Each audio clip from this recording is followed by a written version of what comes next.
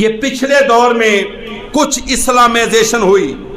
اللہ کے نبی کی بات ہونا شروع ہو گئی، ایاک نعبد و ایاک نستعین کا ترانہ ساری قوم کو یاد کروایا گیا، سیرت النبی کی باتیں ہوئیں اور یکساں نظام تعلیم کی باتیں ہوئیں، پھر دوبارہ اسلامیات کو، پھر دوبارہ دینیات کو اسلام کی کتابوں میں شامل کیا گیا، تھوڑا قرارداد مقاصد کے اندر وائبریشن لائی گئی، قرارداد مقاصد کو ہلایا گیا، ریاست مدینہ کا تصور انٹروس کا کروایا گیا کہ ہم مدینے کی ریاست کریں گے چاہے جتنا بھی عمل درآمد ہوا۔ لیکن مجھے طارق جمیل صاحب کی وہ بات بڑی اچھی لگتی ہے، کہتے ہیں تم میرے اوپر تنقید نہ کرو کہ میں اس کی بات کر رہا ہوں، میں اس کے لیے دعا کر رہا ہوں، کہتا ہے میں اس لیے دعا کر رہا ہوں کہ پاکستان کی 75 سالہ تاریخ میں کبھی کسی مدینے گئے تو بہت ہیں، مدینے گئے سب ہیں، لیکن مدینے کی بات کسی نے نہیں کی، مدینے والے کی بات کسی نے نہیں کی۔ کہتا ہے آخر چلو جتنا بھی عمل، بات تو ہوئی، چیپٹر تو کھلو، کتاب جو خالی تھی، صفحہ جو سفید تھا، جو ہر طرف اندھیرا تھا، ہر طرف کفر اور الحاد چھایا ہوا تھا، امریکہ کی غلامی تھی، IMF کے قرضوں کی شرائط کی بنیاد پر پاکستان کے اندر اسلام کے دروازوں کو بند کیا جا رہا تھا، وہ کہتے ہیں چلو کچھ تو کھلا ہے نا، کچھ تو شروع ہوا ہے۔ میرے محترم بھائیوں، وہ بھی بینہ طور پر، مبینہ طور پر، واضح طور پر آج بڑی کوششیں ہو رہی ہیں کہ کسی نہ کسی طریقے سے ہم یہ ثابت کر دیں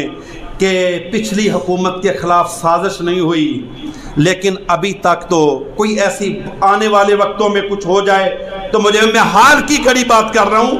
عملی طور پر یہ بات ثابت ہو چکی ہے کہ امریکہ نے دباؤ ڈال کر، پریشر ڈال کر، گن پوائنٹ پر تھریٹ کر کے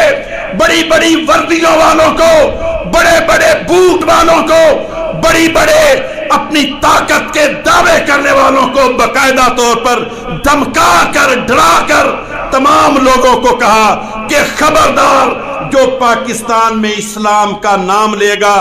ہمیں ہمارے خلاف، ہمارے مقاصد کے راستے میں رکاوٹ بنے گا، چاہے کوئی فوجی جرنیل بن کے بنے یا کوئی سول حکمران بن کے بنے، ہم اس کو پاکستان میں برداشت نہیں کریں گے۔ میرے محترم بھائیوں، کسی کے ساتھ ہزار اختلاف ہو سکتا ہے، لیکن اللہ کی قسم یہ غیرت، حمیت، کہتا ہے میرے گھر کی لٹ گئی آبرو، ہوا غیر جب سے دخیل ہے، اندرونی مسائل اور ہوتے ہیں۔ ہم یاد رکھ لو، کسی کافر کے دباؤ کے اندر آ کر، کسی کافر کے پریشر کے اندر آ کر، اس کی ٹرمز اینڈ کنڈیشنز کو فالو کر کے، اس کی پالیسی کو فالو کر کے اگر ہم نے اس کی پالیسی کو مان لیا تو یاد رکھ لو اطیع اللہ و اطیع الرسول پھر کہاں جائے گا؟